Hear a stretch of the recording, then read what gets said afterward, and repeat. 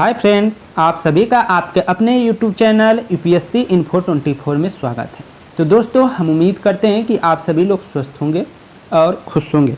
Friends, ये जो video है पीजीटी नागरिक शास्त्र का भाग 182 है। तो अगर आप TGT, PGT, LT grade, GIC और केवीएस एग्जाम की तैयारी कर रहे हैं तो ये वीडियो आपके लिए है। दोस्तों, आज का पहला नंबर क्वेश्चन देखते हैं जो 91 से शुरू हो रहा है। क्वेश्चन है, भारतीय राष्ट्रीय कांग्रेस का प्रथम अध्यक्ष कौन था? भारतीय राष्ट्रीय कांग्रेस का प्रथम अध्यक्ष कौन था, ये बताना है। ऑप्शन ए है सुरेंद्र नाथ बनर्जी, ऑप्शन बी है ए.ओ. ह्यूम, ऑप्शन सी है व्योम्स चंद्र बनर्जी जिन्हें WC बनर्जी भी कहा जाता है, और डी है गोखले। आंसर आपका सी के साथ जाएगा, व्योम्स चंद्र बनर्जी या WC बनर्जी हैं। तो भारतीय राष्ट्रीय कांग्रेस का प्रथम अध्यक्ष कौन था? तो व्योम्स चंद्र बनर्जी थे, और ए.ओ. ह्यूम जो थे वो संस्थापक हैं। 1885 में इसकी स्थापना की गई थी कांग्रेस की। व्याख्या देखते हैं। भारतीय राष्ट्रीय कांग्रेस के प्रथम अध्यक्ष व्योम्स चंद्र बनर्जी थे। भारतीय राष्ट्रीय कांग्रेस की स्थापना संभवतः अंग्रेजी सरकार के आशीर्वाद से एक अवकाश प्राप्त अंग्रेज अधिकारी एलन ऑक्टेवियम ह्यूम द्वारा 1885 में की गई थी। ए.ओ. ह्यूम द्वारा कब की गई थी? 1885 में की गई थी। दोस्तों, अंग्रेज चाहते थे कि जो कांग्रेस हो वो ऐसा कार्य करे, सेफ्टी वाल के तौर पे देखना चाह रहे थे, क्योंकि 1857 की क्रांति घट चुकी थी और उसी को ध्यान में रखकर कांग्रेस की स्थापना की गई थी कि कोई भी अगर घटना होती है तो कांग्रेस एक ऐसा संगठन रहेगा कि जिसके माध्यम से अंग्रेजों को हर घटना की जानकारी मिल जाएगी। तो वो तो सेफ्टी वाल्व के तौर पे ही कांग्रेस की स्थापना की गई थी, लेकिन वो नहीं जानते थे कि जिस हम संगठन की स्थापना कर रहे हैं वो एक दिन उनके लिए बहुत ही मुसीबत बन जाएगी। आखिर हुआ वही, उनको आशा नहीं थी, लेकिन ये संगठन धीरे धीरे अपना जड़ पकड़ा और एक बहुत बड़ा संगठन बन गया उस समय स्वतंत्रता संग्राम के समय का। आगे देखते हैं। 92 नंबर क्वेश्चन है, किस वर्ष सूचना का अधिकार अधिनियम पारित हुआ था? ये क्वेश्चन बार बार पूछा जाता है। 92 नंबर है, किस वर्ष सूचना का अधिकार अधिनियम पारित हुआ? ऑप्शन ए है 2001 में, ऑप्शन बी है 2004 में, ऑप्शन सी है 2005 में, ऑप्शन डी है 2002 में। आंसर हो जाएगा दोस्तों 2005 में। 2005 में सूचना का अधिकार अधिनियम पारित हुआ था। ऑप्शन सी सही है। व्याख्या देखते हैं।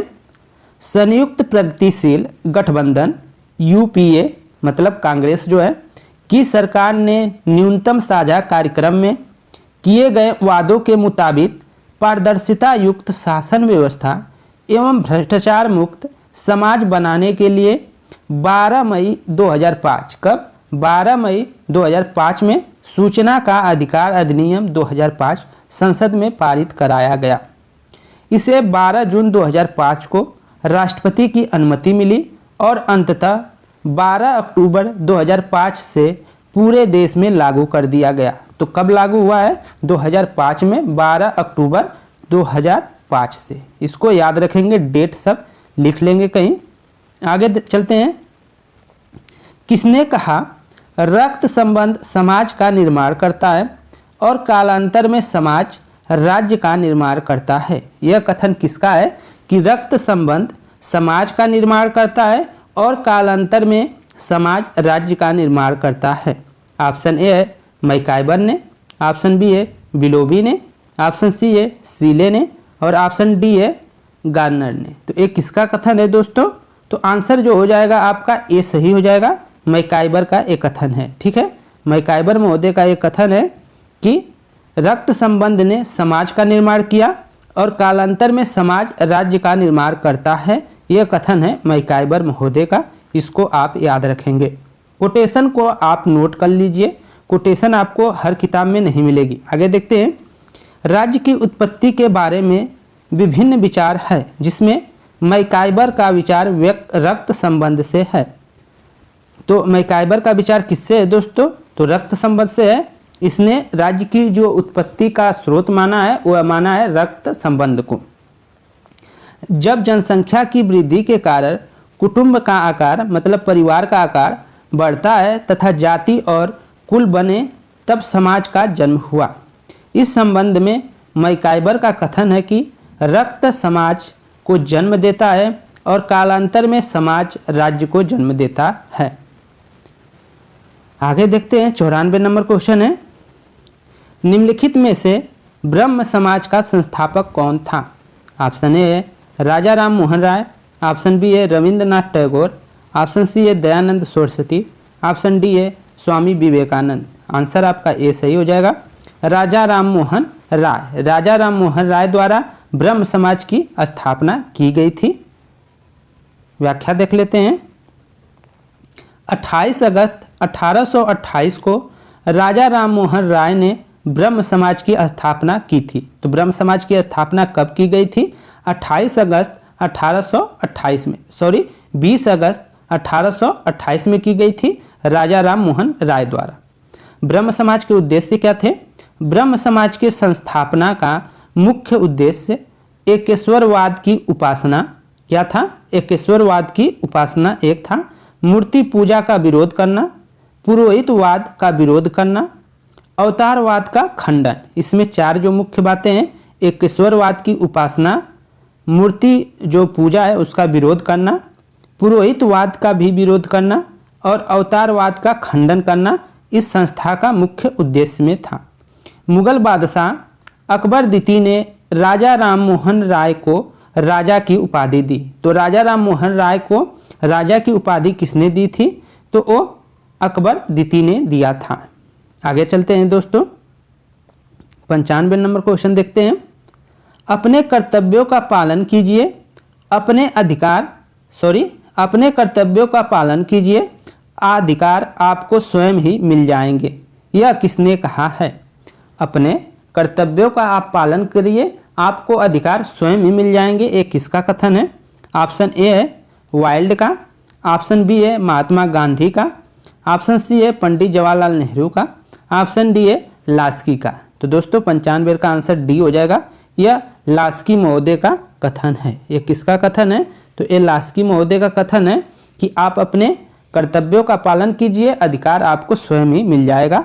ये लास्की का कथन है। इसको भी आप कोटेशन को नोट कर लीजिए। व्याख्या में देखते हैं। उपयुक्त कथन लास्की का है। ध्यातवत है कि लास्की ने अधिकार और कर्तव्यों को एक दूसरे का पूरक माना है। लास्की ने अधिकार और कर्तव्यों को एक दूसरे का क्या माना है? पूरक माना है। यहाँ से भी क्वेश्चन पूछा जा सकता है। आगे देखते हैं 96 नंबर क्वेश्चन है। मनु का राज्य की उत्पत्ति का सिद्धांत किस प्रकार का था? ये बताना है। ऑप्शन ए है शक्ति का, ऑप्शन बी है दैविक, ऑप्शन सी है सामाजिक समझौता, ऑप्शन डी है विकासवादी। तो मनु का जैसे ही बात आता है तो वो दैवी कर लीजिएगा, क्योंकि मनु पुराने विचारधारा से थे तो ये दैवी ही रहेगा। तो मनु का राज्य की उत्पत्ति का जो सिद्धांत था वो दैवी सिद्धांत था। ऑप्शन बी सही है। व्याख्या देखते हैं। मनु के 7वें अध्याय में मनु द्वारा लिखित जो मनु स्मृति है के 7वें अध्याय में राजधर्म का प्रतिपादन करते हुए राज्य या राजा की उत्पत्ति के दैविक सिद्धांत की विवेचना किया गया है। तो दैविक सिद्धांत की जो विवेचना है वह मनुस्मृति के किस अध्याय में है? तो 7वें अध्याय में है। इसके अनुसार सृष्टि की प्रारंभिक अवस्था बड़ी भयंकर थी। उस समय न कोई राज्य था और न कोई राजा। ऐसी स्थिति में ईश्वर ने सृष्टि की रक्षा के लिए व्यवस्था की। आगे चलते हैं 97 नंबर क्वेश्चन। प्राचीन भारत का मैकियावेली किसे कहा जाता है? प्राचीन भारत का मैकियावेली किसे कहा जाता है? ऑप्शन ए है वेदव्यास को, ऑप्शन बी है शुक्र को, ऑप्शन सी है मनु को, ऑप्शन डी है कौटिल्य को। तो किसको कहा जाता है दोस्तों? तो आंसर आपका डी सही हो जाएगा, कौटिल्य को। प्राचीन भारत का मैकियावेली किसे कहा जाता है? तो आंसर हो जाएगा कौटिल्य को। व्याख्या देखिए। कौटिल्य को प्राचीन भारत का मैकियावेली कहा जाता है। कौटिल्य की विचार धारा के सर्वाधिक समीप यदि कोई पाश्चात्य विचारक को रखा जा सकता है तो वह निश्चय रूप से मैकियावेली है। इन दोनों विचारकों की समानता के कारण ही यदि कुछ विचारक कौटिल्य को मैकियावेली का अग्रदूत कहते हैं, तो कौटिल्य को क्या कहा जाता है? मैकियावेली का अग्रदूत भी कुछ विचारक मानते हैं। इन दो कोटेशन को आप नोट कर लीजिए। आगे देखते हैं 98। नागरिक शास्त्र की उत्पत्ति सिविक और सिविटास से हुई है। यह किस भाषा के हैं? जो नागरिक शास्त्र की उत्पत्ति सिविक और सिविटाज से हुई है, ये किस भाषा से संबंधित है ये बताना है।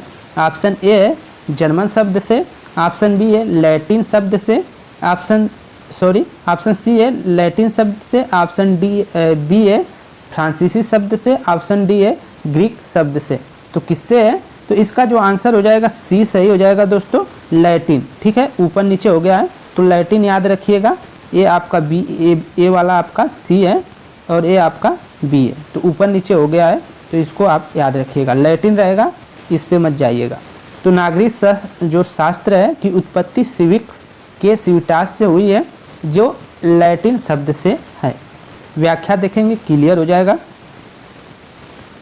नागरिक शास्त्र की उत्पत्ति सिविक और सिविटास से हुई है।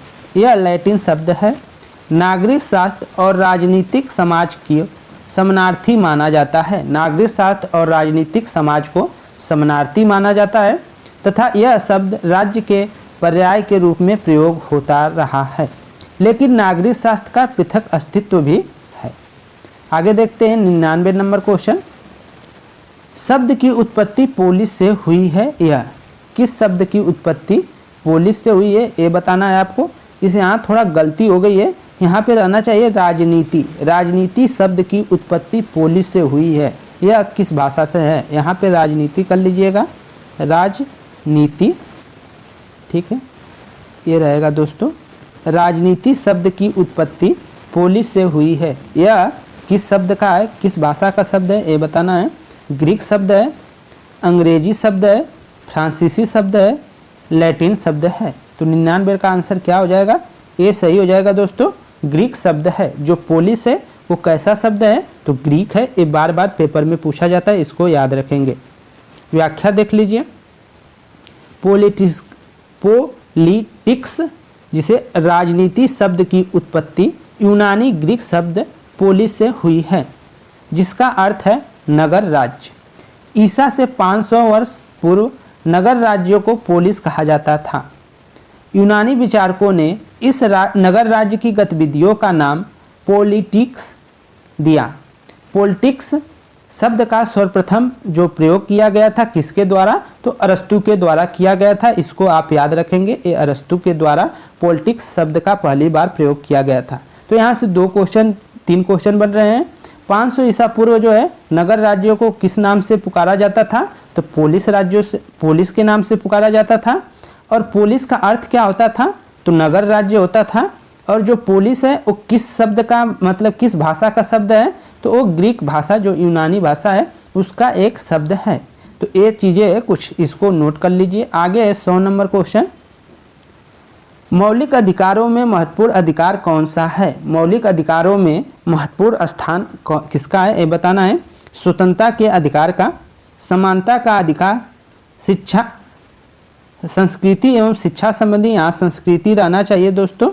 संस्कृति एवं शिक्षा संबंधी अधिकार जो होता है वो रहना चाहिए यहाँ पे, लेकिन है नहीं, टाइपिंग करने में थोड़ा इधर उधर हो जाता है। तो संस्कृति एवं शिक्षा का अधिकार ए, और आगे है संवैधानिक उपचारों का अधिकार। जो डी है वो क्या है? संवैधानिक उपचारों का अधिकार। तो आंसर जो हो जाएगा आपका डी सही हो जाएगा, संवैधानिक उपचारों का अधिकार। मौलिक अधिकारों में महत्वपूर्ण अधिकार कौन सा है? तो आंसर हो जाएगा संवैधानिक उपचारों का अधिकार। संवैधानिक उपचारों का अधिकार जो है अनुच्छेद 32 में है दोस्तों। और इसी अधिकार को जो है भीमराव अंबेडकर ने संविधान की आत्मा कहा है। संविधान की आत्मा भीमराव अंबेडकर ने इसको कहा है। और प्रस्तावना को जवाहरलाल नेहरू ने कहा है। प्रस्तावना को जवाहरलाल नेहरू ने कहा है संविधान की आत्मा, इसको याद रखेंगे। व्याख्या देख लीजिए। भारतीय संविधान जहां अपने नागरिकों को विराट रूप में मूल अधिकार प्रदान करता है, वही उसे परिवर्तित कराने के लिए संवैधानिक उपचारों का अधिकार भी प्रदान करता है। अनुच्छेद 32 के तहत उपबंधित संवैधानिक उपचारों का अधिकार एक अत्यंत महत्वपूर्ण मूल अधिकार है। तो दोस्तों ये थे 10 क्वेश्चन और उनके व्याख्या थे। वीडियो कैसा लगा? वीडियो अगर पसंद आया हो, थोड़ा भी पसंद आया हो तो प्लीज़ वीडियो को लाइक कर दें यार। लाइक करने में आप कंजूसी ना करें, इसमें कंजूसी नहीं किया जाता है दोस्तों, तो थोड़ा सा लाइक कर दिया करिए। और आप लोग कमेंट नहीं करते हैं, बहुत लोग देखते हैं लेकिन आप लोग एक भी कमेंट नहीं करते हैं, गलत सही।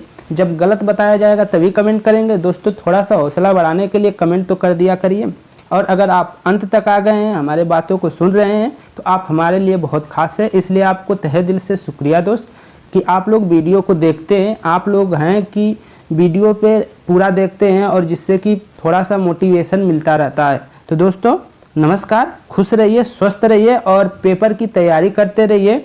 आपका केबीएस का जो है, कुछ लोग फार्म डाले होंगे, तो केबीएस का डेट मतलब वो जो डेट है वो क्लियर हो चुका है और एडमिट कार्ड भी आ चुका है। तो जो जैसा फार्म डाले हैं वो सिलसिलेवार मतलब स्टार्ट हो गया है कल से। तो आप लोग एडमिट कार्ड डाउनलोड कर लें और पेपर अच्छे से दें, जितना हो सके उतना दें। एनसीईआरटी को प्रीफर करें, एनसीईआरटी के बुक को ज़्यादा पढ़ें।